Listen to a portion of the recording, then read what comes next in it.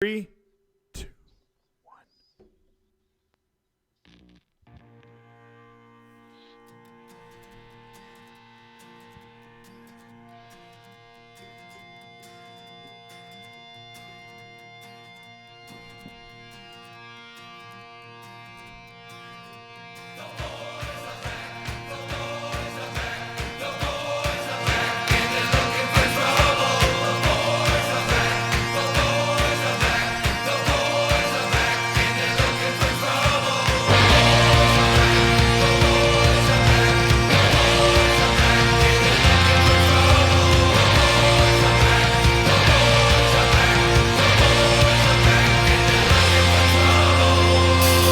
And we are back. Welcome to the Ivy Boys podcast presented by Rebecca Lewis of Coldwell Banker Gundecker. I am your host, Chipper Lewis, and as always, I am joined by my trusty co-host, Joel Fry. He's over this way. Joel, buddy, it's been a while since we've done this. How you doing? It has been a really long time, but you know what? This is a perfect time for us to be doing this show because the hot stove is so hot. And not speaking about just the Cubs, in fact, not speaking about the Cubs at all when we talk about the hot stove, it has been an exciting baseball offseason. There's a lot of intrigue around the Cubs, and we'll get to that during the show.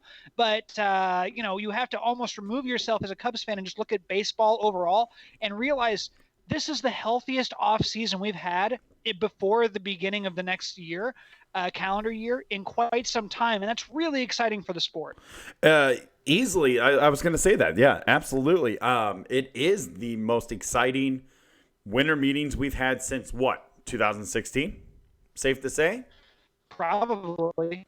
Yeah, absolutely. I don't know if that launch angle might have devalued certain players, or you started looking at guys over the age of 30 and with velocity with pitchers becoming more of a thing that, every team has, and looking at guys who are 32, 33, the reaction time isn't as high, so you're not getting those giant contracts. Guys like Edwin Encarnacion can't find a job, even though they're unbelievably talented and extraordinary hitters. And you're having guys take really small contracts, minor league contracts, disappointing contracts, really, as a fan, to see that and see what baseball turns into. It some of those tracks are actually on the Cubs, so that Yes. that hurts you in a couple of ways. Now, it may have won you a World Series, and it may have made you competitive for a 3 to 5 year period, but now it's starting to bite you, and we're going to have to figure something out as a team if we want to stay competitive. If the Cubs want to stay competitive for the next couple of years. Yeah, absolutely. And, you're 100% right on all of that. It's just, at the time that you were easily talking about the Jason Hayward contract. Easily. Yes. That is Yes. what you're referring to. And I'm at the referring to a time, couple of contracts. John Lester's contract, we knew was going to be like Yes. this at the end of it. It was totally worth it for the first probably 3 to 4 years, but now we see it as something that might be a hindrance on the Cubs' ability to spend more going forward now that he's in his late 30s as well. yeah, but weren't we prepared to deal with that because they won a World Series? Yes. It's like with the Blackhawks right now, right? We're enduring this horrible era of Blackhawks hockey, but it's because of bad contracts that they gave players after they won 3 Stanley Cups. Correct. Yes, you're 100% right about that. And a couple of the contracts on the team are guys you expected to help you win the next World Series. And I'm not saying they won't. Specifically talking about Yu Darvish, a guy who it felt after one season like this was going to be a rough ride because, a guy starts breaking down. He already had Tommy John surgery. You wonder, is this the end of it for him? But last season, he completely redeemed himself in my mind.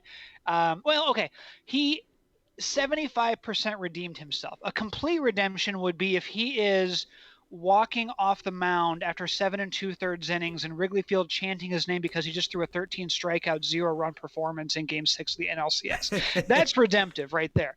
Very Yes. specific. That was very that's the specific. Kind of redemption I'm looking for. I hope it happens. So Yeah, absolutely. so you've got 3 giant contracts on the team that I can think of off the top of my head, and Lester, Hayward is the one that really hurts you, and then Darvish, the jury is out. But obviously Lester was worth it. It's just factually 2 things can be true. One can be true that it was a contract that was worth it. You won the World Series, and he really kickstarted this championship window for the Cubs. Yes. it is also true that his contract is keeping you possibly from winning the next World Series. You can't win the second until you win the first. So I'm glad he is on the team. I'm glad to eat the money, but I understand well knowing that that money is there, it might keep someone else from being available to this club. Right. Well, we kind of saw that last year with the talks of Bryce Harper, of course. But now, granted, Bryce Harper, signed for $30 million. So I don't know if the Cubs would have done that even if they didn't have Darvish and Hayward. I don't know if they would have gone that amount. But yeah, I mean, I agree with you. There are some bad contracts on this. You didn't even mention Craig Kimbrell and Tyler Chatwood. Now, I know the Kimbrell's jury's still out, and we're going to tackle the bullpen tonight. We are going to talk about Craig Kimbrell and the rest of the bullpen. But really quick, I mean, $14 million for a guy who really didn't show us much last year. We're hoping that with a real spring training for him this upcoming season, maybe he gets back to the Kimbrell of old. Right? You have to trust that he does. You got him with the understanding that he was going to pitch like he did in 2017. You got him assuming that was going to happen. Relievers can fall off fast. They can. He's been one of the best pitchers of the decade. In fact, he's one of the best relief pitchers of all time. Yes. So hopefully with a full off season, he had to go through a lot last year. And I know some of that is his own doing because he wasn't going to accept anything less than market value for himself, or at least a market premium. And that's his right. So he certainly could have been with a big league team earlier if he had taken a little less money. And the Cubs are the ones who bit the bullet and decided to pay for him. Deferring some money from Zobrist was why he's on the team. And you know what? I will give him a pass for last year. If last year was the lull before more great play, and you kind of like I think the Bears are hoping also that this is maybe the lull season before the run of greatness, because based on the last couple of weeks, there's a good chance your quarterback might be rounding into form. But think about Kimbrell like that, a guy who was disappointing last season now is going to round into form. Yeah. With a full off season. So you hope for that, you plan on it. And who knows what this team is going to look like on opening day 2020. But Kimbrell is, without question, anticipated to be someone who factors in a big way. Yep, I agree. So speaking of contracts, let's shift gears here for a minute. Let's get away from the Cubs for a second, because there were two top starting pitchers this offseason that went into the winter meetings looking for a new contract, new team. All right, so let's start with Steven Strasburg. Going back to the Washington Nationals on, what was it, a 7-year, 7-year, 245. Thank you, 245. That was weird. I don't know why I remember that. I knew that. 7 years, 245, $35 million guaranteed. Strasburg's good. I mean, he's great. He's up there, definitely, with one of the top pitchers in the game. But $35 million for a starting pitcher seems steep. I don't know if I would do it. And then what happened, Joel? I think someone else signed for just a little bit more, didn't he? Before we talk about that, here's something for everybody to remember, okay? If you're thinking about having kids or something like that, and you have a boy, just listen to this for a second. Mamas, don't let your babies grow up to be cowboys. Let them be baseball players. Okay? It's simple as that. Let them be baseball players. That's all I got to tell you. Okay, $36 million a year, $35 million for Steven Strasburg. Garrett Cole, 9 years, $345 million contract, $36 million a year to make 33 starts, to pitch, only play the game every 5 days. You know what's weird about all of that in this little moment we had right here was you went, 7 years, 245, blah, blah, blah. We won't even worry about that. It's not worth our time to dig into how much money that is, because this other guy made so much more. It's ridiculous. He dwarfed a contract that was signed like 24 hours earlier, and everybody thought was insane. And Strasburg, by the way, very good pitcher. Yeah. Very good pitcher. Yes, absolutely. Remember when he broke onto the scene? I was working in retail, and that was all anybody was talking about at the bookstore I was working at. May pour one out for Borders Books. People were talking about him striking out 14 in 7 innings in his debut because he was so hotly anticipated. Crazy. Good for him, man. I mean, Absolutely. I don't necessarily like him, but I respect what he does, and it is powerful. I need more proof that Garrett Cole is going to keep this up. Does that make sense to you? Like, there seems to Yes, be it something does. kind of there seems to be something mystical around the Houston Astros franchise. Yes. And I wonder, because we haven't had enough sample size of people leaving that infrastructure and going on to be more successful other places, or equally successful, or even comparatively successful. Yes. So I need more data points, and Garrett Cole is going to be our first and biggest data point, that guys can survive that same way outside of the pitching laboratory and brain trust that they have there, and the way that they go about their business. And part of me thinks that Cole isn't going to have nearly the success because he isn't going to have the same resources afforded to him, because it feels like, with the exception of maybe 2 or 3 teams, everybody is behind the Astros when it comes to pitching and effectiveness in pitching. Yes. So you wonder if maybe he gets into a bad habit and there's no one there to tell him, hey, your elbow was at a 41-degree angle when you're trying to throw your 2-2 splitter, and in fact it should be at a 41 because a hitter is 17% more likely to look outside during that. Whatever, I'm just throwing out numbers and scenarios, but that's what I imagine it's kind of like. Without having that, he might get into some bad habits and it can hurt him. So that said, he's a very good pitcher. He's a great pitcher. He just it almost feels weird, like when guys go into that team, they're greater than the sum of the parts. And okay, I wonder if he's going to be nearly as impactful outside of it. Dallas Keuchel, I guess, is a guy we have an example of, and he was fine, but he wasn't Dallas Keuchel. No, he wasn't the Cy Young winning Dallas Keuchel. No. Jake Arrieta isn't the same Jake Arrieta as he was with the Cubs. No, and you know what? I think that's less about the infrastructure pitching-wise for the Cubs, and it's more about them identifying that Jake's greatness wasn't sustainable and jumping ship before it was too late. I really think that's more of it, is that they saw something in him maybe the year of or year before his final season with the Cubs, where they went, all right, it was great that we caught lightning in a bottle, but it's so hard for him to get himself mechanically right that we don't think it is worth the time and money that it would take to keep him on the team to continue working at this level to try and keep him as a Cy Young type player. So Jake has completely fallen off the face of the earth as far as effectiveness goes last season. He was okay in 2018, but I don't think he ever gets back. He's too old now, I think, to get back to where he was in 15 and 16. Okay. So you're right. You're right about that. Yeah. I mean, it just. All right. Let's talk about record contracts here for pitchers. Again, I still don't believe giving a pitcher over $30 million a year to pitch every 5 days. I still don't believe it. Good for him. A team was willing to do it for him. I'm fine with that.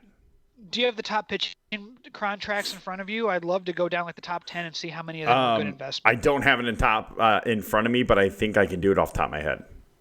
I know 4. I'm going to pull it up here. I know 4 of them. Okay. Garrett Cole, Steven Strasburg are 1 and 2. We know that. Zach Greinke. We're doing AAV, right? Annual average annual value. Yes. Okay, so we're gonna go Cole, Strasburg, Greinke, Price. That's I think that's how that goes. How many of those? Yeah. So Greinke, oddly enough, might end up in the Hall of Fame. Yeah. Here's the thing. I looked at Garrett Cole. I've always looked at Garrett Cole and I've always looked at Steven Strasburg, but I never saw a Zach Greinke in them. Zach Greinke has gone from the Royals to the Brewers to the Dodgers to the Diamondbacks to the Houston Astros. And what has he done every single time he's changed teams? He has been exactly what he has always been. He never changed because of where he went. And so... That's very true. So Zach Greinke is the epitome of somebody who should be paid $30 million. If you're going to do it for a pitcher, Zach Greinke's the type of guy. I think Kershaw's up there, but I think he's about $28 million if I have to think about it off the top of my head. But no, Zach Greinke is that guy that I've always put on the pedestal as other people should try to be like him if they want to make record-breaking money as a starting pitcher. I think that's fair. Let me see here as I'm looking through here. I have the most amount of money ever afforded. So Cole, of course, just crushes the all-time record, 324. Strasburg was the record holder for about a day. He pulled a Khalil Mack versus Aaron Donald. Really, yes, he did. Yes, he did. David Price, Max Scherzer. So Max Scherzer, I forgot Max Scherzer. There's 5. Yeah. Yeah. So okay, Scherzer is worth it. Yes. Is one of the greatest pitchers of the last 30 years, whose entire career took place within the last 30 years. Okay. So from guys who started in 1990 going forward, I would put. I mean, look, I'm kind of a little bit of recency bias, but he's probably top 5 among guys whose careers started in 1990 going forward. I would put. Personally, I'd put Pedro 1 and then Kershaw 2. And after that, I mean, Scherzer, in terms of consistency and ability to, I mean, innings eater, doesn't get hurt. I mean, you could put him ahead of Kershaw there, I guess, but Kershaw might be the best left-handed pitcher in the history of the game. Yeah. If you just look at absolute talent and performance in relation to his era. Yep. But, okay, so Scherzer, Greinke, of course. Yeah. John Lester. Making over $25 million a year, $26 million a year. See, but I'm okay with that. I'm good with that, and it has nothing to do with it being for the Cubs. Even if it was for Boston, I was okay with it, because at the time he was worth it. He was worth it, and at the time, yes, if someone's willing to give Garrett Cole $36 million a year, at the time, it's worth it. He's the top pitcher in the game right now, outside of Max Scherzer. It's worth it, but. In 6 years, is it going to be worth it? That's going to be the question. So here's a fun name to remember. This guy was signed a 7-year contract for $155 million. 7 for 155. Mike Hampton. His name? No. Masahiro Tanaka. Oh, I forget about Tanaka. Masahiro Tanaka, 7 years, $155 million. The Cubs have 2 of the 15, probably 3 of the 25 biggest contracts for pitchers right now. Kyle Hendricks' contract is actually pretty decent size for a pitcher. 4 years, $55 million. Yeah. Very decent. But then again, like I said, as long as they're not above, let's say, a starting pitcher is really not above $28 million, you have to be Zach Greinke or Max Scherzer or Clayton Kershaw. I don't put Garrett Cole with those 3. I just don't. I don't put Steven Strasburg with those 3. But that's what these deals are making people do. Are those 2 at the same level as Scherzer, Kershaw, and Greinke?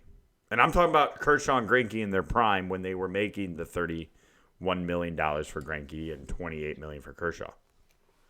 No, I don't put him in that category. No. Do you put Garrett Cole in Darvish's category? Yes. Okay. Yeah. So they're probably pretty close, honestly. Cole and okay. If he was a free agent, what would Justin Verlander get? And we can move on to the next topic after this. I'm just really curious what you think Justin Verlander would get if he was a pitcher right now, free agent, after the season he just had. Because I got a number. Okay, well, Tanner Roque just got I'm just curious what you think. Tanner Roque just got a 2-year, $14 million deal. Max Wheeler is 5 years, $118 million. So I would put Verlander about there. 5 years, 118. I'd give him the Wheeler deal. 110. Oh, 118. You're right. I think you're right. I would do the Zach Wheeler deal. Okay, I was gonna say 4. I was gonna say 4 for 85. Okay, but that's still less than what? I would have said Verlander makes 4 years, $85 million. Okay. All right, so we're about the same. It is. So yeah, Yeah, I think so. I think our numbers are about the same. Yeah. I just wouldn't give him that extra year. Well, I think that. But a guy who got 7.8 WAR last year went 21-6 with a 258. Just he's 36 years old. Yeah. Yep. Hey, really quick before we switch topics, where would you put DeGrom? What group?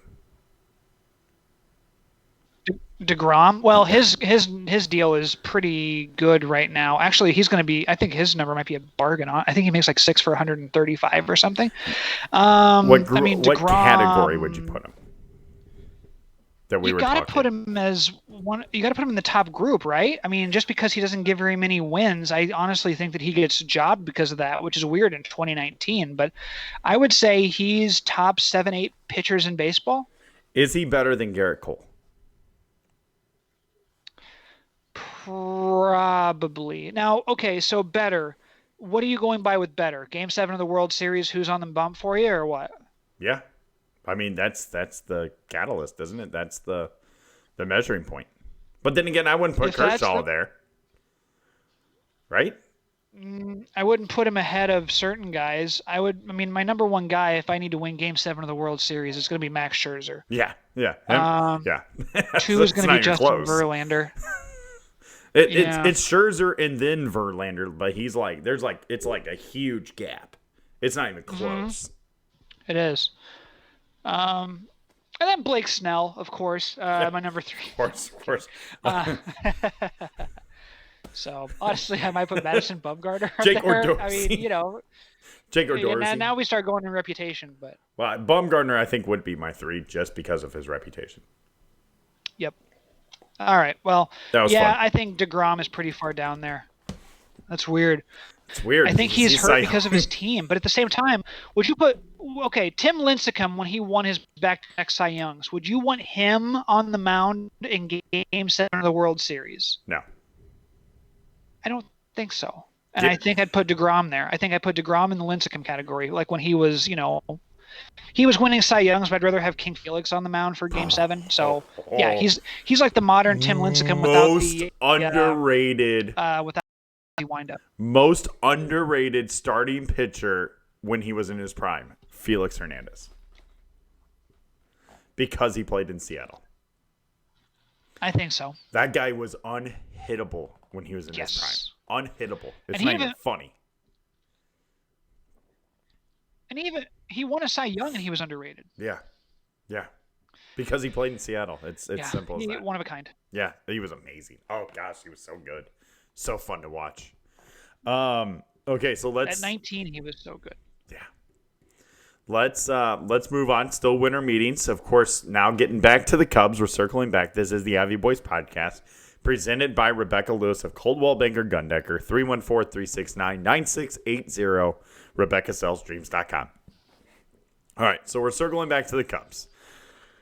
I've put out quite a bit of blogs these last few days there, Joel. Yes, you quite have. a bit. But my first one was really about me getting on the my frustration with Cubs ownership. Okay, all we heard last year was the Cubs were broke. We could only deal with Xavier Cedeno and Brad Brock and Daniel Descalso. That's how broke we were, Joel. This year we can't even do that. We couldn't even be able to do that. Is going into the meetings, that's what we were told, is that the Cubs are so broke that they can't even, they're telling free agents they have to make a move before they start negotiating with those players. That frustrating. That is so frustrating. And that's what opened up the winter meetings for the Cubs fans. And then the Chris Bryant trade rumors started. And it just kept getting more frustrating as a Cub fan. And it just, to the point where you almost just wanted to mute the words Chris Bryant on Twitter. Am I wrong? Were you frustrated, Joel, as I was? I am with you in that way. Yes, very frustrated because nothing's happening and we're all in this hurry up and wait mentality with Chris Bryant. And I mean, why are you even looking to trade him in the first place? Yes. He's Chris Bryant. He might be the best third baseman your team has ever had, and they've had some good third basemen. I don't know if you were aware of that. And Kevin Ory. He's like 27, and you've signed him to. I mean, look, he can get to 40 home runs. Yeah. And even if he doesn't, he's a great base runner. He's a fine defensive player. He's fine enough. He's a versatile guy. He doesn't raise a stink when you ask him to play different positions, which he might not even have to do now that Joe Madden is no longer the manager. We haven't considered what is going to happen with rotational flexibility now that David Ross is in there. He might like just having guys where they are, and that's where they are. So Chris might be able to settle in and not have to worry about playing left field one week and right field another or whatever. And I know KB says he enjoys it, but I think it always helps a guy to have some stability. So he's dangling him out there for two pitching prospects and a bat. He might be on a Hall of Fame trajectory and yet you're looking to trade him because you don't want to pay 7 years and $250 million after his 2 years of arbitration are over. Right. I mean, that's honestly, I think that where you start the conversation is 7 and $250 for Chris Bryant. And hopefully the AAV is appealing enough to him that he sticks around if you want to pay him that. But the Cubs don't seem to be able to, despite the fact that they have a glorious ballpark. The tickets cost $600,000 for the worst seats in the place. And you've got a brand new TV station starting soon, which, by the way, shut up and take my money. I'm going to pay for it even if I'm mad at the team. So you have so many people like me who are going to do that. You're going to have cash flow. I don't get it. I'm sure there are intricacies to the lack of money that I don't understand. I'm not a businessman, and they've done so much to renovate the ball club, and they put so much into that area, and it's an absolute jewel in the city of Chicago and, frankly, in the world of baseball. But to not be able to pay a guy like Chris Bryant and still try and sell the fact that you're within your competitive window, I would have to be floored by some sort of deal or some sort of justification for why this is necessary outside of money to even begin to be okay with this happening. He's Chris. So I don't even know. It might even have to see it backwards. This is a Chris Bryant Iowa Cubs shirt that I wore on purpose because I support the man. The Iowa Cubs went and saw him.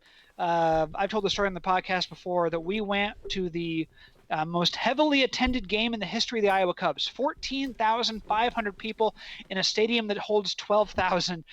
It was jam-packed, stuff to the rafters to see Chris Bryant back in 2015, and he had been called up that afternoon. So a lot of people going to hang out and going to see not Chris Bryant in the starting lineup back in 2015 in April. So while he was mad that he had to go down there in the first place, I was hoping his service time stay would be one day longer, and 15,000 of my closest friends felt the exact same way. So, it's funny that you're wearing that shirt. Okay, I will say that because first off, I own that shirt also. The exact same shirt you're wearing, I own it. The Iowa Cubs one? Yes. Whoa, crazy. Yes. The wife and I went up there in 2014 to see Chris Bryant. We took our vacation to Des Moines to see Chris Bryant.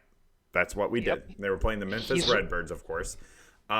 And that's where I got, and Joel, you won't be able to see it, but that is where I got this. I am holding my autographed Chris Bryant baseball from when he was with the Iowa Cubs. And he signed it with the number 19. So, yes. Was that in August when you went? I think so. Okay. You and I went to the same game. Against the Redbirds? Yes. Okay, you and I were at the game together. I sat very low in the bowl, and was Manny Ramirez also in that game, a pinch hitting role? He may have been not the game I got the game, yes, in the first game that I went to. All right, because he pinch hit, and my wife was there, and she had never been to an actual Chicago Cubs game at that point, and she said this feels like I'm at the majors because everybody had their phone out and was taking pictures of Manny Ramirez, and she didn't quite get it. Yeah, like I don't know who this guy is, but she's like, this is really cool that everyone really cares about this one guy who struck out. Oh no, he walked. That's awesome. But still. That's amazing. Very cool. Yeah, it was awesome to see Manny Ramirez walk. I paid $8 to see Manny Ramirez. Right. That game we sat on the Memphis Redbirds side because the next day we went back and it was the doubleheader. The 7-inning doubleheader, the true doubleheader. And we sat on the other side right by the Cubs bullpen, the Iowa Cubs bullpen. And we sat right there. Manny Ramirez came down and sat two rows from Manny Ramirez. So it's been a while since you've been up there, but from the opposing dugout side, how pretty is that view, man? Oh, it's There's a really amazing. nice skyline view. It's just gorgeous. It's As far as amazing. minor league ballparks go, I couldn't be No, happier. it's great. It's great. And it was a great time. Christy and I said we both want to do it again. It was so much fun. It was like we were at home on vacation. Well, you got to come up next summer. We will find a time to hang out, go to a game, and have a great time. Yeah, absolutely. Absolutely. So, crap, I lost. Yeah, you don't trade Chris Bryant. That's kind of what we're getting at. We own all this Chris Bryant memorabilia and shirts and jerseys and stuff like that. You don't trade them. Because then what? What are they worth to us? My Chris Bryant jersey, I can't wear it anymore if he's gone. So just don't do it. But no, the owners are broke. I don't think so. Joel, I made a point in that article titled, the Ricketts care about is their bottom line. They've revamped Wrigley and the area around it, and they've won the World Series as Cubs owners. So why do they care anymore? People are still going to come to Wrigley. People are still going to buy That's merchandise. So why do they care? Why do they care? I'm asking the question. Because when you make I $6 mean, billion they as an owner they they, a they year, I don't get it. Yeah, and I know they don't care. And if I mean, look, they priced me out of seeing more than one game a year. Yeah. I saw two games in 2016, two in 17, and I didn't see a game last year or this year. And you know who else got my tickets? Someone else, because Wrigley Field sells itself, and they've Yeah. added so many amenities to that place that it's going to stay packed no matter what the ticket prices are. They aren't adding cheaper seats, okay? They aren't adding worse seats. They're adding premium. The 1914 Club is there now. That is because they have people willing to pay top dollar, and they know it. Their analytics and their marketing, their operations departments are all working hard to figure out at what price when people are comfortable with paying the most amount of money for this premium experience. So no, they're not going to be adding a special. They're not going to do what the Twins did and have 5,000 seats for $10 or whatever it is they did. Or I subscribe to the Royals newsletter and they do $5 ticket nights or $10 because frankly they should be paying you to go to Royals games. But that's beside the point. The Cubs don't have that problem. Okay, you got to hope that someone on StubHub is dying to take their secret girlfriend out and their wife is out of town and they are able to like, oh, I'll take $36 for these tickets, great, and then they scoot a boot out. That's the only way that you can get into a game anymore, through apparently infidelity. I don't know why I don't know where you're going with that. that was just a scenario that I imagine rich people have to worry about. And but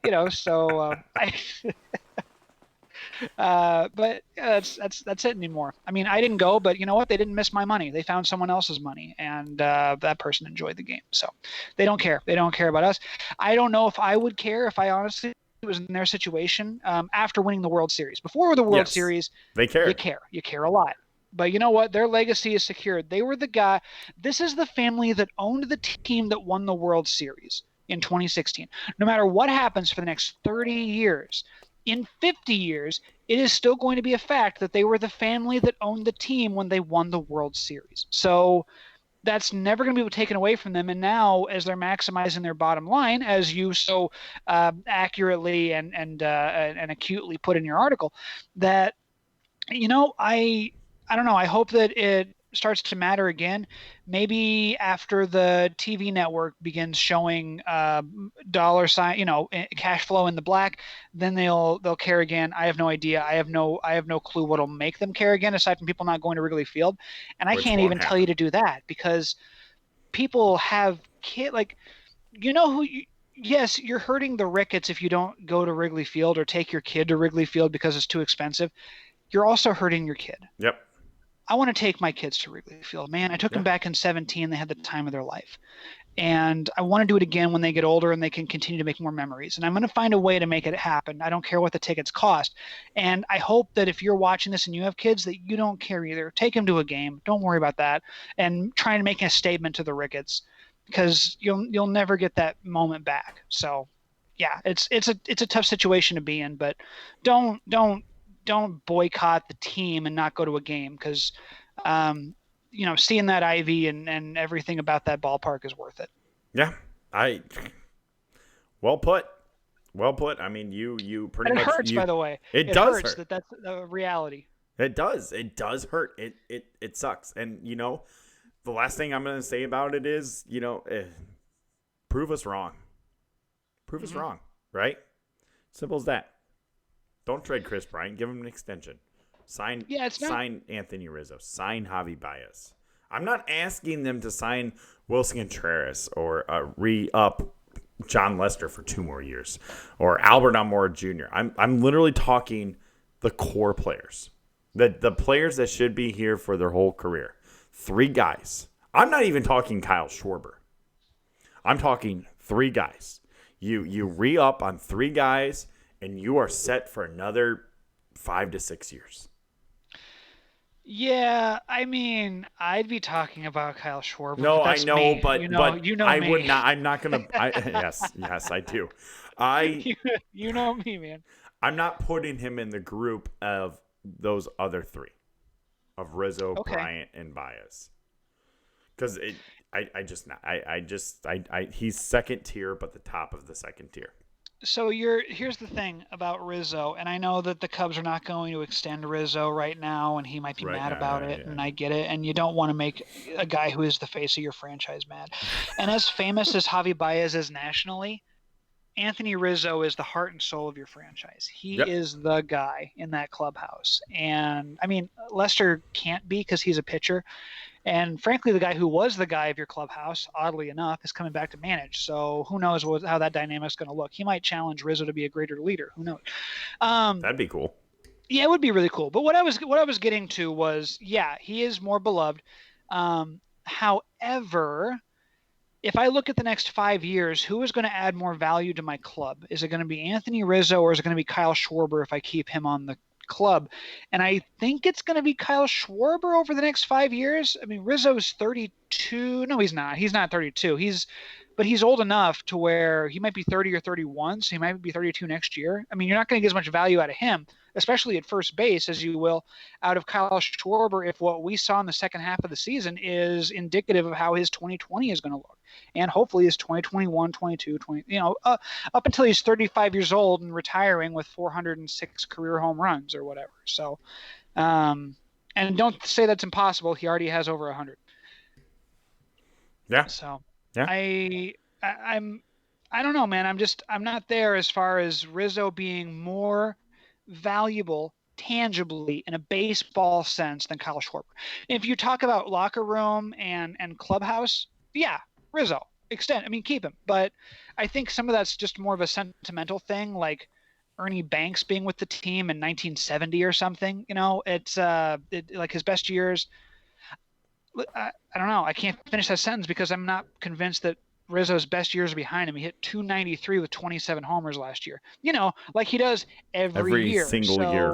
Every single year. Yes, I get it. The argument is there, but I'm not there for saying that he is, if you're looking to win multiple championships or get back to where you're at the championship level, Rizzo's great. I mean, he's below Baez. I think Baez and Bryant are your 1 and 1A. Yep. And talking about position players. Yeah. And then from there, I think Contreras gets traded, so I don't even know if I want to mention him because you'll get. I mean, Caratini hit well enough last year that you're going to miss Contreras, and he does strike fear when he's at the plate, but behind the plate, ridiculous rocket arm, bad in other ways. So I don't know, man. It's tough. It's tough to say. Rizzo is right there, but I I don't know. I guess I can probably see, as I'm thinking about it longer, I can probably see why you don't extend him. I think Rizzo has to be a Cub I feel grim about that. Yeah, Rizzo has to be a Cub for the rest of his career. I'm sorry. I understand. Done. I understand. It has to be. I get it. Him, Baez, and Bryant. I'm standing pat on that. So the winter meetings are technically still going on, by the way, Joel. Little break in the action. Couple updates from the Twitterverse. Theo has said that it is getting to the point where most likely they're going to leave tomorrow without anything significantly getting done this week. How's that make you feel? No free agency, no trade talks. Can I read this quote right now? This is from Tony Andracki. So Theo Epstein was asked. This is coming very within the last 10 minutes. This is from Tony Andracki. How would Theo Epstein feel if the Cubs did very little this winter and showed up to spring training with essentially the same roster? So the reckoning would be literally get rid of Addison Russell, who should have been gone anyway, so Yes. That's not really a reckoning, and saying goodbye to Joe Madden, who is probably the best manager in the history of the franchise. Yes. And giving the reins to a guy who was on your team a couple of years ago and is loved by the city but does not have any, and I mean any, managerial experience. No coaching experience, no any of that. Man, I know that as podcasters we're supposed to have the ability to rationalize, intellectualize our thoughts and compartmentalize this stuff. I'm going to have a really hard time justifying picking David Ross when you are the Cubs. You had your choice of any manager who has championship experience. There are multiple out there who have won World Series and don't have a job right now. Yep. And you picked David Ross. That hurts to think about. I appreciate David Ross being on the team. But you got rid of the best manager he's a top 5 manager in baseball. Not great in game with his bullpen. That's the only thing. You think David Ross is going to be better in game bullpen? AJ Hinch isn't. AJ Hinch sucks with his bullpen management. Look at the World Series. Yep. The World Series. AJ Hinch lost the World Series because of his bullpen management. Would you take Ned Yost or David Ross? Ned Yost. And he's considered an idiot, but he won a World Series. So, I mean, I'm shocked. I'm fine with it in a way, but I'm honestly not fine with it because you had the pick of the litter. You had the best managing job. The most desirable position available was manager of the Chicago Cubs during a championship window when you have 5 of probably the 50 best position baseball players in the game. And all you've got to do is shore up a couple of things and trust that your front office is going to pony up a little bit of money for some key parts. And the answer to that, by the way, has clearly been no. And you had it. And if you're a good manager, you can make it work with the guys that you have in that clubhouse right now to at least a tune, I think, of about 90 wins. And get into the playoffs and see what happens. And you let David Ross, who has been an analyst in the ES, the case study that is considered successful with and he's very successful, but he also had a little more time away from the game, which I think might have helped in some ways. And I think in other ways he might be so analytically inclined that he's doing what he's told in some ways. Does that make sense? Absolutely. I mean, he seems to be good interpersonally with the players. He had that, my guys are savages or whatever. I forget exactly what the quote was. I can't say the whole thing because it's not family friendly. But he had that caping for his team moment.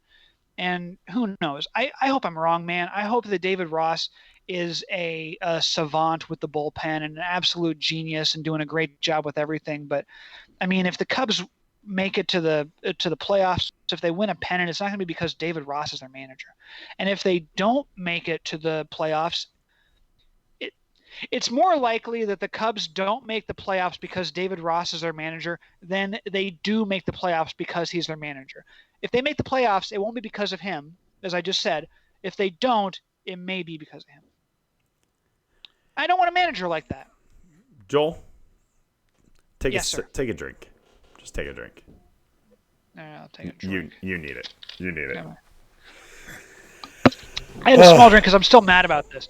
Because we haven't had a chance to talk about David Ross as a tandem on this, and you interviewed guys who've done this. Joe Girardi won a World Series 10 years ago. He wanted the job. He was a beloved backup catcher for the Cubs.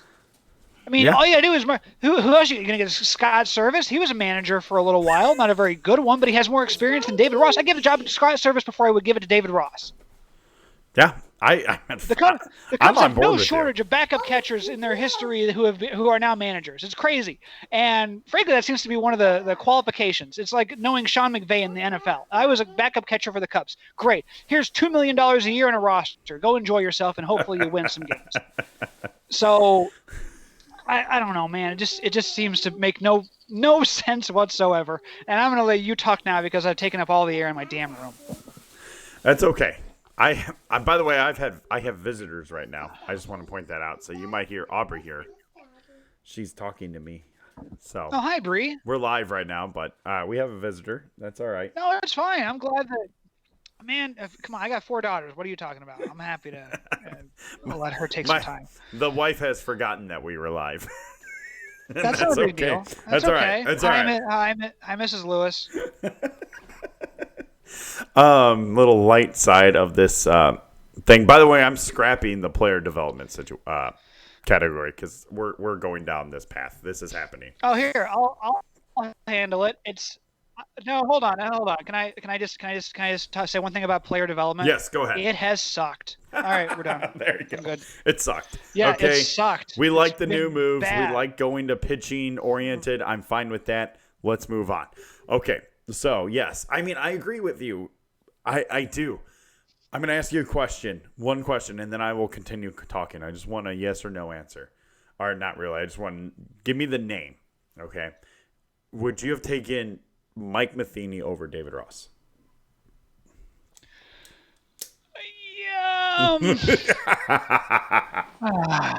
Jeez, man. Mike Matheny's won a World Series. No, he hasn't. Nope. He went to a World Series but didn't win it. As a really? coach. As a coach, 2013, yeah. You're right. Who was the manager in 2011? La Russa. No kidding. He was the manager that recent. Yep. Well, I guess, honestly, 2011 isn't all that recent anymore. It's closer to being a decade away than it actually has happened. Yeah. Okay. So, all right. Yeah. Matheny was a guy who lost you ball games. Yes, he did. Okay. Great manager, but horrible bullpen manager.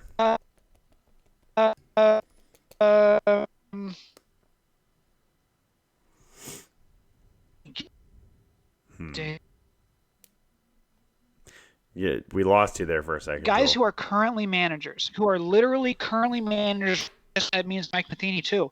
Because he's the Royals manager, right? Mm-hmm. Yeah. Okay. Every manager gets fired. All of them. And you can only, every manager gets fired. So they're all free agents, ostensibly. Now, every team has to pick. And how many teams pick a manager? How many managers get taken before David Ross gets taken? Quite a bit. Okay. Do the Cubs take David Ross? No. Every manager gets fired. Do the Cubs take David Ross first, or in this universe, do they take Joe Maddon first? No, they take Kevin Cash. All right, fine. No, I'm not saying that. Let's say both of them are available when the Cubs, they draft in order of who had the worst record or whatever. Best manager goes to the worst team. Do you think if both of them are on the board and you're trying to win the World Series next year, do you take David Ross or do you take Joe Maddon? It's Joe Maddon 100% of the time. That's right. And yet the Cubs fired him to take David Ross. Yeah. Yes. Well, By the way, okay, I love Kevin all right. Cash. I would want him to be the Let, Cubs manager. let's say that you and I, let's just say, okay, that we did not know that the team that made the moves that the Cubs have made over the last 6 months are the Chicago Cubs. Let's say that that team was the Oakland Athletics. Let's just say they're the Oakland A's. Okay. And they fired Joe Madden. They hired David Ross. They decided that they don't want to extend Anthony Rizzo. They decided that they want to trade Chris Bryant. What would you think that those are the moves of a team that is trying to sell? We want to win the World Series in 2020. Absolutely not. That's the problem. Nothing the Cubs have done makes me think they're trying to compete next year. So I don't know what my expectations are supposed to be as a fan. Honestly, I am this close to the way I was when I was 12 years old, and that was, I hope my team wins today. Wow. That was the attitude I had when I was a Cubs fan when I was 12 years old, back in like 1999, 2000. Back then, I hope my team wins today. Not thinking about October, not thinking about big picture anything. And obviously, we got to talk about that stuff. And it's incredibly interesting and fascinating because this team is hanging on by a thread, but also trying to compete, and really weird because they also still have the third or fourth highest payroll in all of baseball, and they feel cheap, but they're also objectively not cheap, and they're willing to spend, and they're renovating all these things. And it's just such a schizophrenic ball club and franchise right now that it's maddening. And, frankly, again, I would not think this team was trying to win next year if if it wasn't the Cubs. If I was watching some other team do this, I would think that they were either in a retooling stage or that they were trying to have some other motive aside from winning the World Series. And I don't want to be that cynical, but the proof is in the pudding. The reality is out there that I'm not convinced that World Series is the thing the Cubs realistically think they can achieve in 2020 based on their actual literal actions that they've committed to over the last 6 months. You're ready to be a little bit more upset? Let's go, man. Okay. I love this team so much. Me too. I really want Well, them that's to be why great. we're upset. That's why we're upset. We love this team. I don't like being mad. I like our show that we did after Game 7 of the World Series. I liked that one. I don't like this one. This is a good show, by the way. This is going really well. It's been fun. I'm glad we're doing this, but crying out loud, man, I'd really rather be doing the World Series champion show. Yeah, me too. Okay. All right. Jordan. Also, I'm gonna do some on-air producing really quick. I'm sorry I'm talking so much. No, it's fine. I just have so many thoughts about this, man. Joel, we haven't heard from you in like a month. Okay, we haven't heard from you in like a month and a half. This needed to happen. I've been writing articles left and right. Everybody knows my opinion on this stuff. We needed your opinion. That's what this show is about tonight. Okay. My opinion. You know what my opinion is? The Bulls are up 13, and I have no confidence they're going to win. No, they're not winning that game. Calm down. All right, Jordan. Crying out loud. They're challenging themselves to see how far ahead they can get before they blow it at the last second. Every single time. My goodness. Every single game. Gosh. All right, so I wish basketball games were 36 minutes. The Bulls would be 17-4 right now. It'd be amazing. Crying out loud. Yeah, it'd be great. No, they'd find a way to lose 36-minute ball game. All right. Okay. You ready? Uh-oh. Robot Joel. That's okay. We're going to let this happen. Okay. You're back? You were Robot Joel for a second. All right. Oh, sorry. Was that Jim Paxson that did that? Or John Paxson? John Paxson, yeah. Jim Paxson would be much better at his job. Bill Paxton would be better at his job. Bill Paxton's dead. R.I.P. Well, you know what? He's still slightly better at being Bulls GM than Gar Forman right now.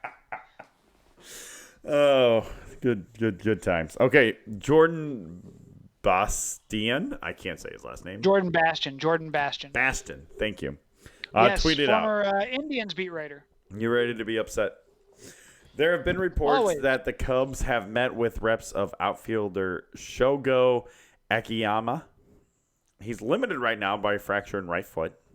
Even so, asking price might be north of Chicago's comfort zone. Per multiple MLB evaluators, Akiyama is more of a complimentary outfielder, but fits the Cubs' needs. The key there is that it might be north of Chicago's comfort zone. Do you want to know what Shogo was asking for? Okay, here's the thing. I think the Cubs came to the table and said, "Hi, Shogo. Is that your name, Shogo? Great, cool. Just to let you know, Chicago is a great city. Lots of nice restaurants. We can give you like a discount coupon at many of our gourmet eateries in the outfield. Could you play for free?"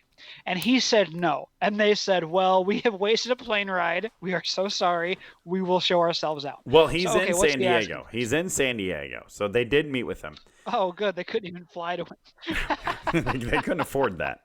All right, please. 2 years. Okay, what was the asking He price? wants 2 years because he's Okay. 31 years old. And he wants to prove himself.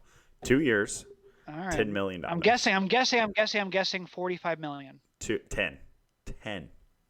2 years, 10 million? And it's north of the comfort zone for the Cubs. First off, why is he so cheap? Because he wants to prove Dude, himself. that is so weak. Addison Russell was Here's going to make $10 $5 million this year. Literally Dude, take the that Cubs should $5 sign. million. They should talk to John Lester. No, take the $5 million that you got back from not tendering a contract to Addison Russell. Take that $5 million and go get Shogo. Why is that so hard to? I don't understand it. Just do it. Shogo and Shohei. At least you did I'm something. Yeah, and I'm not a do something guy. I don't want them to do I something am for the sake now. of doing something. I am now. Yeah. I am no, here's the thing. I don't want them to just do something to do something. I'm mad that they're doing nothing and I'm mad about why. But I'm also kind of not mad about why because the why helped you win a World Series. But also you have Yu Darvish now. So it's a conflicting mess. I don't know. It's so 2 years, $10 million is too steep for probably a guy who's unproven. Maybe they want to use that money elsewhere, but they have to get Chris Bryant under wraps. It's this is just awful. Okay, well that's terrible news. But you can't. It's not that they didn't get him; it's that they can't afford him. Is the thing That's so, what is annoying. So maddening. Breaking Ken Rosenthal news. Ooh, I love Ken Rosenthal. news. Angels in active talks with Anthony Rendon. No kidding. Rendon's going to go to the Angels. I mean, Rosenthal tweets out this kind of stuff right before he tweets out Rendon to Angels. That's just what happens. Yes, Rosenthal. So, okay, not really Cubs related, but who are your three? Give me your top three breaking news guys. Who are your top three Woj bomb guys for Major League Baseball? Because I've got my three in my mind. It's definitely Ken Rosenthal's number one. It's not even close.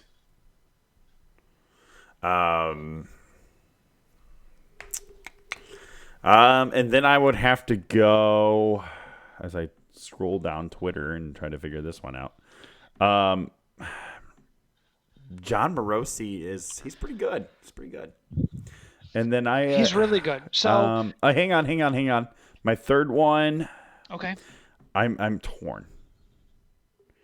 Either Joel Sherman, but he's more. He is the Boris guy.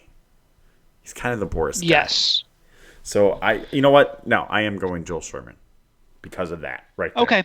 My top three. So number 3 is Ken Rosenthal. Whoa. Okay, go on. He's 3. 2 is John Heyman. John Heyman. Yeah. Heyman is big. He's good. Yeah. And 1 is Jeff Passan. Oh, gosh, see, I forget about Jeff. Jeff He went Passan to is my number Yahoo. one. I mean, he went to ESPN. I forget, but Jeff Passan. Right. John Heyman just said the same thing Like about that Rosenthal just said. that it's close. Yeah, it's close. Okay. Did he credit Rosenthal, or was it Yes, one he of did. those No, things? he Kind could. of a Trust joint me, thing? they're all about crediting the people. Yeah. I always love it when like Bruce Levine or somebody breaks something, and then all these national guys are like, "Yeah, Bruce Levine got it first." Whatever. Here's one. So Tom Ricketts built up a lifetime of goodwill being the owner to help end the 108-year drought. He's pissed it all away in 3 years.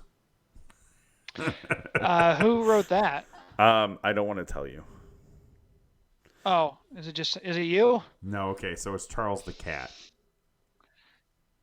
Oh, okay. Well, that's the thing. I mean, it's true though. He's not Sure. wrong. Well, hey, man. Hey, Oh, dude. I mean, no, you're right. And sometimes weird sources are the ones that you can rely on the most, like Wet Butt 23 for Jose Quintana that still news. gets me. That still gets me. I Yep. still to this day believe that's either Theo or Jed's burner account. It's got to be. It has to By the be. way, Jed Hoyer's Twitter account, it still makes me laugh. It's tweeted twice in its history, and it makes me laugh. I spilled beer on myself, but yeah, that's cold.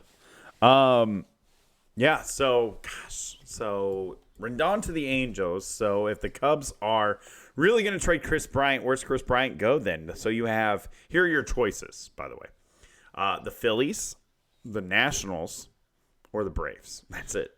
Or the Rangers. Where would you want to go? I mean, what realistically, what are you thinking here? I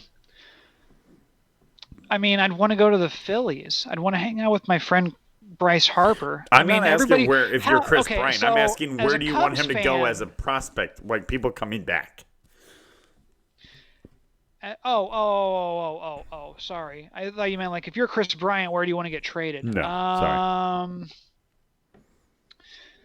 The Rangers seem like they have kind of a wealth of prospects, and the Cubs have gone to that well before and had some success. Kyle Hendricks, yes, go on.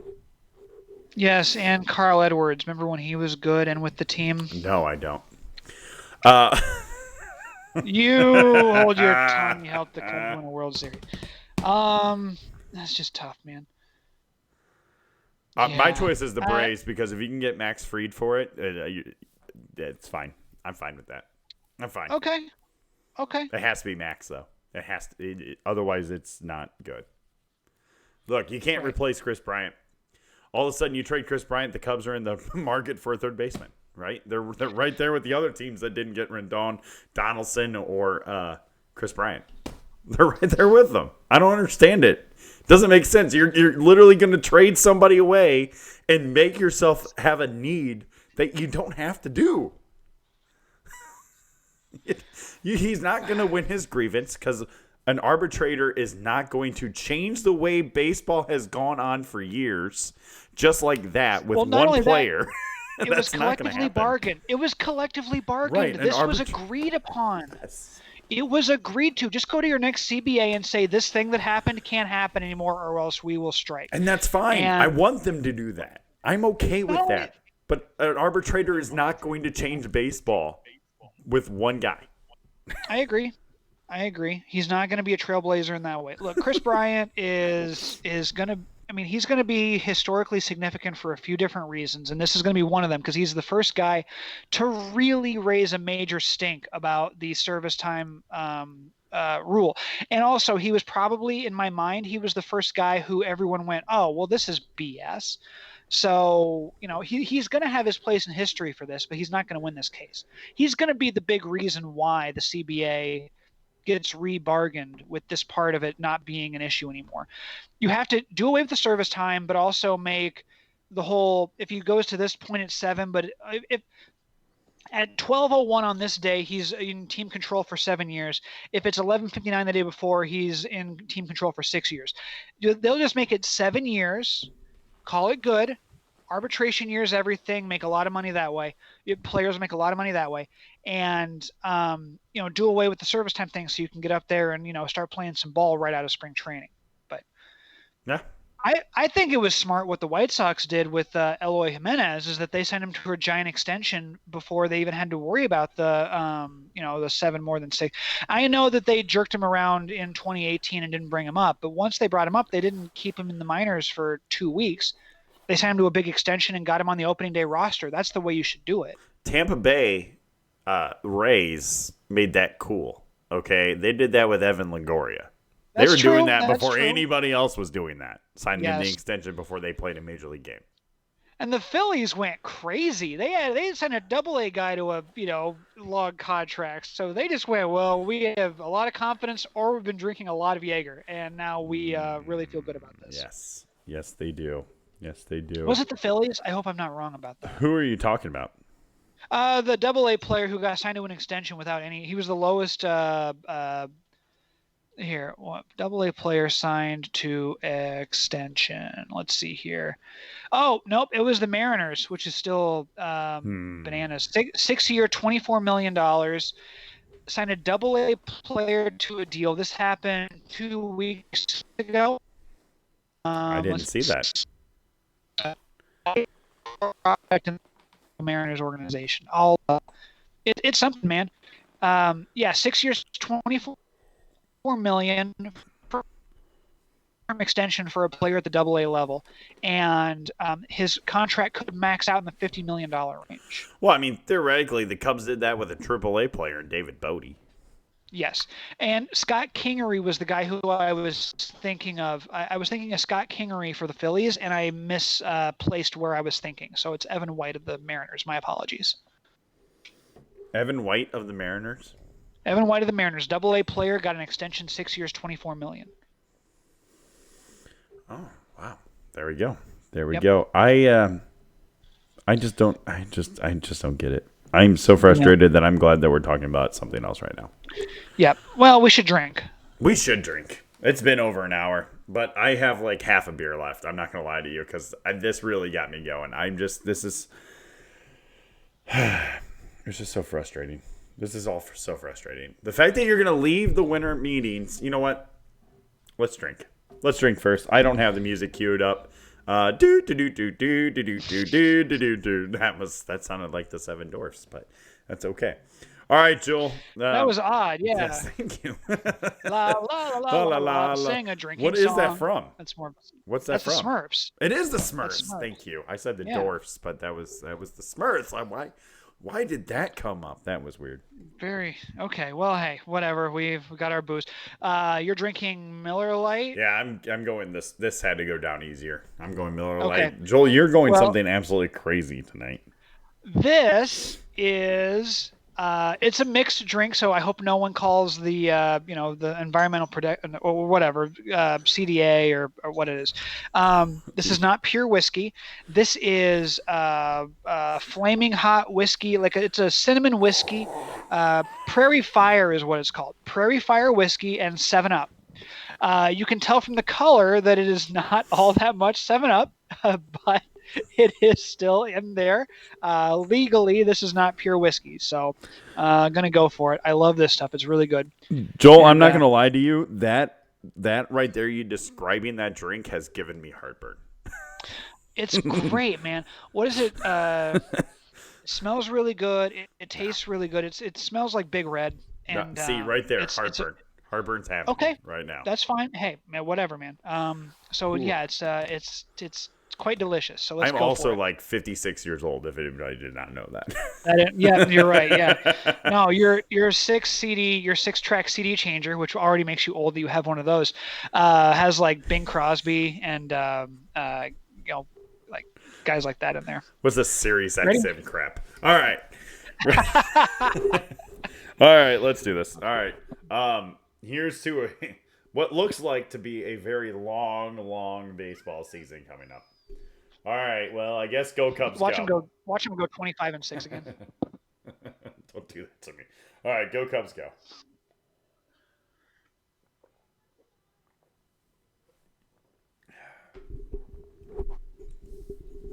I don't want to say anything to make them laugh. Quiet in the crowd. He's on his backstroke. Here we go. And he did it. Golf clap. Okay, so here's fun. That was good. That me- looked like it went down actually smoother than you thought. It went crazy smooth. Here's the thing. I'm going to let you into my mind a little bit. Halfway through, probably after my third gulp, I thought to myself, this feels dangerous. And I don't normally think that when I'm drinking. But when you chug mixed whiskey, you do start to wonder if maybe this isn't the best thing for your health, short term or long term. I am so glad that I'm home, so I don't have to drive anywhere. Walking downstairs might be a chore if I don't do it right away. So we will see what. I'm glad that we didn't do that much earlier in the show and then keep talking about the Cubs, because my little David Ross rant might have been full of like swear words and fewer shirts that I'm wearing. So yeah, I'm glad we did that now and not or earlier and not now. By the way, we all are going to need you to go live on Twitter in like the next 15 minutes. Oh yeah, that's a good idea. That's a good idea. Yeah, all the two of us and the one guy who's still watching. I don't know who you are. If you're Bob, awesome. If you're not, and you're just some random guy, that's amazing. We thank you. Please let us know if you are watching at this exact moment live. I think we're an hour and 10 minutes in. If you are watching live right now, if you're the one guy, we want to send you a hat. So please message me at chipperstrike3.com. Not .com, that's weird. At gmail.com. Email me right now. Wait a minute. Hold on. I know I haven't been in the show in a while, but you changed the website? Oh my gosh. Email me right, at whatever. chipperstrike3@gmail.com right now. If you are the one guy watching right now, we want to send you a hat because you are putting up with this shitstorm. I don't know what else to say.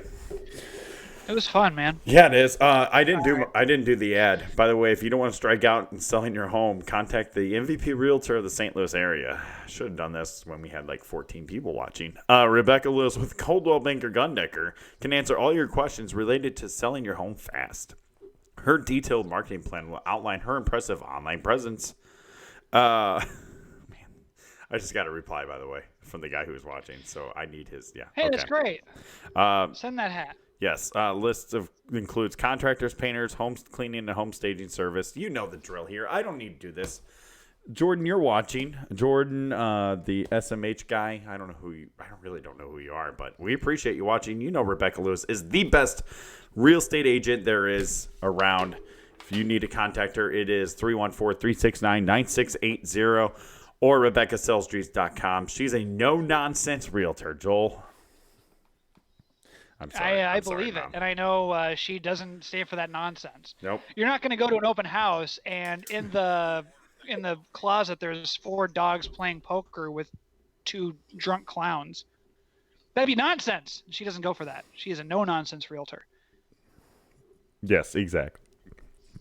Again, Jordan24, I'm messaging you right now. Email me. I'm sending you a hat. That is chipperstrike3@gmail.com. So please email me because you have put up with us pretty much this whole time. So that's awesome. That's nice. That takes effort, okay? Because I can barely put up with us. I think he's a guy who loves stream of consciousness anger, and this show had a lot of it. So that's something that we cater to our viewers. Absolutely. Yeah. I agree. So Anthony Rendon looks like he's going to be an Angel. Josh Donaldson probably will go to either Nationals, Phillies, Braves, or Texas Rangers. And who knows? I don't know. You know what? I just don't know anymore what they're going to do. I don't know what the Cubs are gonna do. Chris Bryant might be a Philly. Gosh, who knows? Kyle Schwarber might be a Met, and Addison Russell might be a park ranger at one of your local national parks. Okay, because they're going to trust him with a taser. Why did he get mauled by the bear? Well, he didn't know any of the signs for don't get mauled by a bear, so the bear just came up and attacked him. We tried teaching him the signs over and over again. It never was that he clicking. would have gotten killed by a cub. Oh gosh, that would be. You know what? That would be ironic. Anyways, I'm done. I got nothing else to say. It's frustrating, folks. It's just been frustrating. That's all we can say. There's nothing else. Joel, you want to do a final thought? Because I think we pretty much covered it.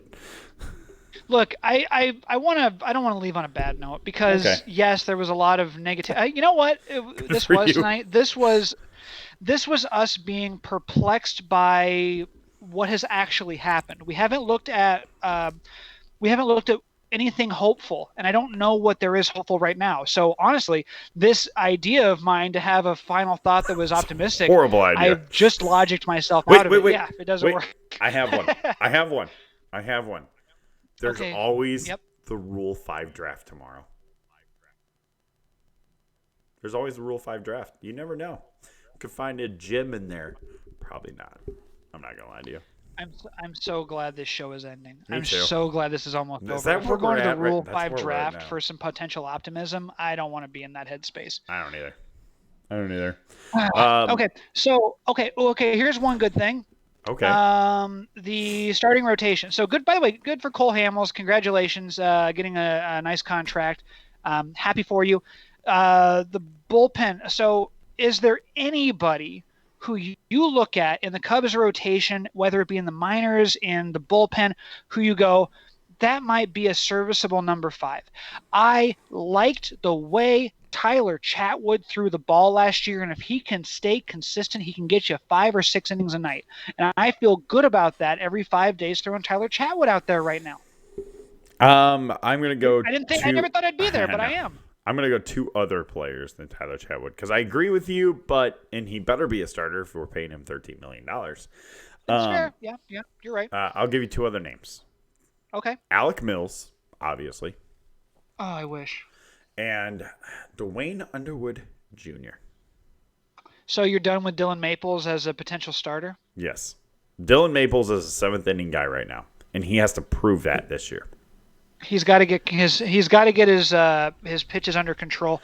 It's a shame because he has the best slider I've ever seen, and I don't say that It's not because even of the way close. it looks. I Yeah. say it because of the way guys react to it. Yep, I agree. It's more deadly than Carlos Marmol's. I've never seen anyone. So Carlos Marmol's was a wipeout pitch. Dylan Maples is a scare the hell out of guys who have seen major league pitching for years pitch. I see guys who they just walk away shaking their heads after they strike out against him. Yeah. If he can harness his control, I think you're right that he's not a starter, but it might be because he would be such an effective 7th or 8th inning guy if he Yeah. can harness that talent. Which where full circle here, which is where the new approach with player development and the pitching side is going to come into play here. With the pitching lab, is that they are because they hired the pitching lab guy, which very well could benefit a guy like Dylan Maples if they can harness that potential that Maples has, especially make him trust his fastball. Because the second he trusts his fastball, he's unhittable. Because that makes his slider, because now that gives him 2 guaranteed pitches that can get anybody out in Major League Baseball. The second he does that, he's a closer. Yep.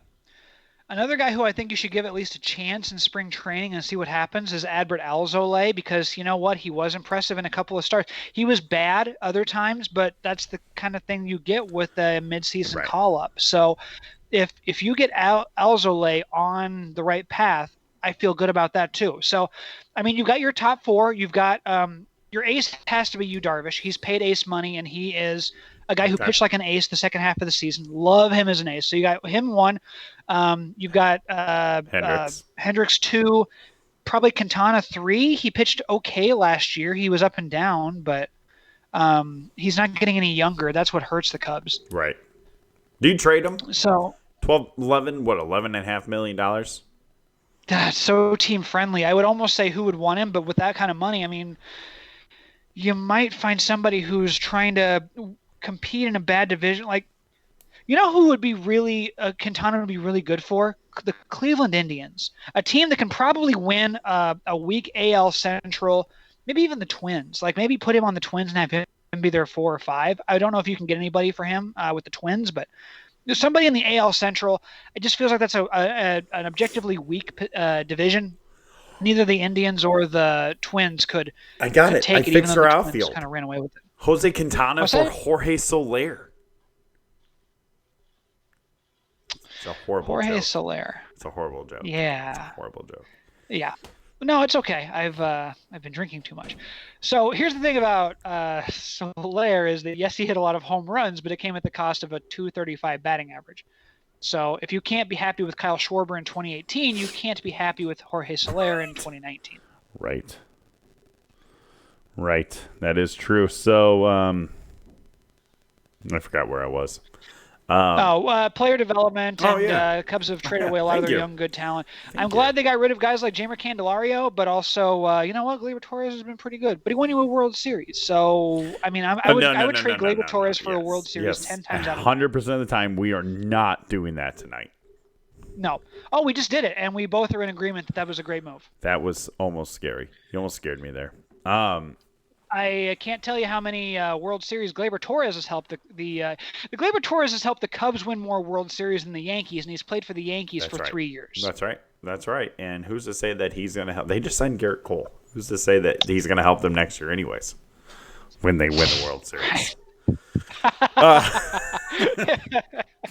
Which they probably will. They probably are going to win the World Series. Let's be right. perfectly honest here. So, okay, tea leaves time. Real quick, the last thing I'd like to do. What do you think the Cubs' record is if they trade away Chris Bryant? Like that seems like it's going to happen.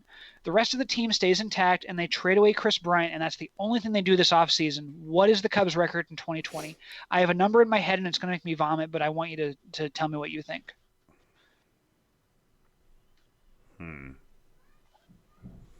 What was the record in 2014? 72 and 90? 73 and 89. I remember that because I was so happy they didn't lose their 90th game. That. And they finished 4th in the division. Interesting. I was going to say 76 and 86. Okay. All right. We're about on the same page. You get rid of... Yeah. We're about on the same Because page. I like the rotation, but I don't like it enough to feel good about it if the lineup doesn't produce a ton of runs. Yeah. Yep, we're on the same page on that one. I like that, which is why it's stupid to get rid of Chris Bryant. Another player that I think we could see in Chicago this year for the bullpen, if it gets really bad, is Braylon Marquez. Ooh, okay. I mean, the guy throws 100 miles an hour. That works any level of baseball. Yeah, it does. Do we see... My answer on this, by the way, is a resounding yes, and early. Do we see Miguel Amaya this year? Oh, gosh, yeah. Especially if you trade Wilson Contreras. Yep. Okay. Especially if you trade Wilson. Yeah, and that's the thing. It's kind of It's kind of a roundabout way of asking that question. I mean, Wilson Contreras is probably... If you trade away Chris Bryant and Wilson Contreras, and you trust Victor Caratini and insert player here at those two positions... You're a 68-win team. Javi Baez is your shortstop. Yes. If he is healthy all season, he is worth 5 wins. Yes. Maybe more. He is one of the best shortstops in baseball. He is one of the faces of baseball. Okay. He's one of the most exciting, interesting players in all the game. Those aren't things that help you win baseball games. It's just that it's cool that he's on the Cubs. The Cubs also had a guy who was going to be the face of baseball, and they were trying to trade him away this year. Yes. Okay, so with that logic, you always hear the line that, every team wins 40, every team loses 40. So right now the Cubs are on pace for 45 wins. Anyway, I'm just trying to think here.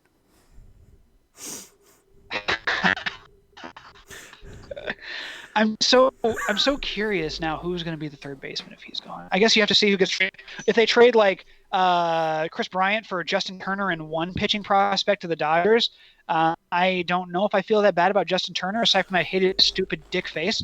Wow. Okay, there's the whiskey. All right, we're done. I shouldn't say that. If you're watching by now, you really want to hear some potty humor. I don't know. I just don't like Justin Turner. I don't like his face. I don't like Justin Turner's stupid. No, we got that. We got that. You do not like Justin Turner. Uh-oh. I think we lost Joel. Face. That was weird. You there? Joel?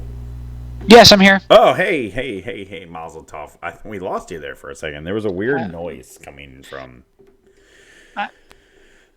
Anyways, I think we're done. I think we're All going to right. end I've it had on fun, that. man. All right, this is the Ivy Boys podcast presented by Rebecca Lewis of Coldwell Banker Kundecker. Head over to contact us on Twitter. I forget how to do this.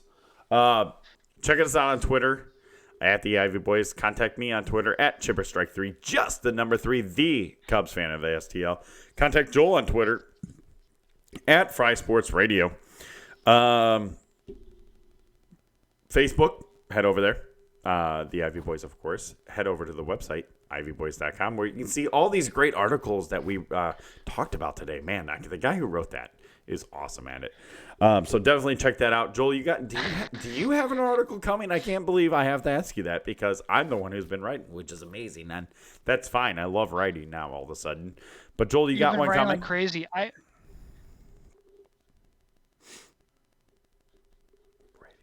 I want to. I have my job has been really crazy. Not really good. I've just been so busy on other things, so I apologize. I get it. I will try. I'm messing with you. No, I had to say it. It's funny that I'm the one writing because I usually didn't. That's all I was getting at. All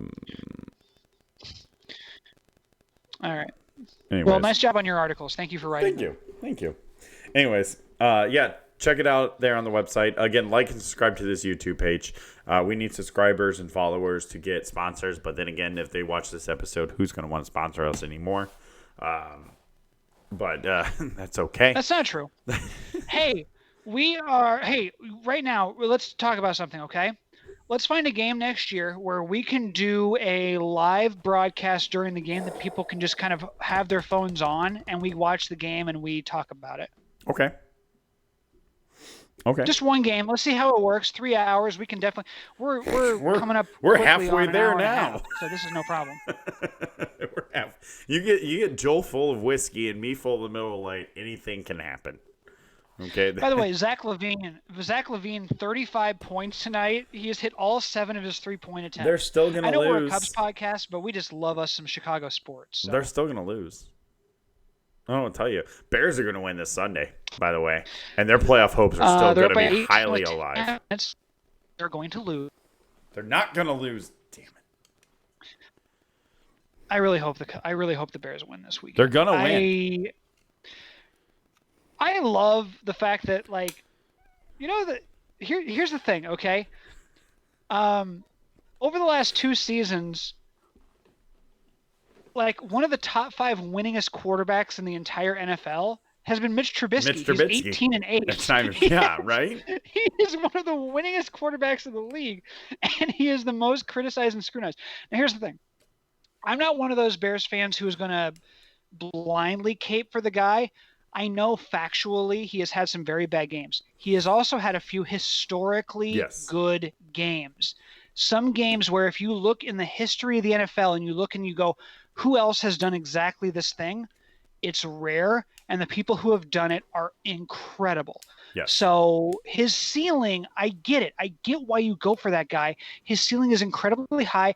I would like to see his lows a little bit higher. His floor is way too low for a guy of his pedigree. Really only the fact that he was picked 7 second overall is his pedigree, but I get the upside. I don't fault Ryan Pace for going up to get him. I fault Ryan Pace for not wanting to be in the same room as Deshaun Watson and even interviewing the guy and going with Trubisky blindly. Yes. I'd probably be happier with Deshaun Watson as the quarterback of the Bears, but I don't want to discount the fact that Mitch Trubisky has an opportunity to be the best quarterback in the history of the franchise, which is saying very little. Very little. To that point, I don't think it's out of the question that he could be a top 10 quarterback in the NFL at some point in his career. Do you know? Third season. Do you know who was the? And he has significantly more talent than his actual production has shown. So if you harness that, you've got something very special. Do you know who was the top-rated quarterback coming out of that draft? It was Mitch Trubisky.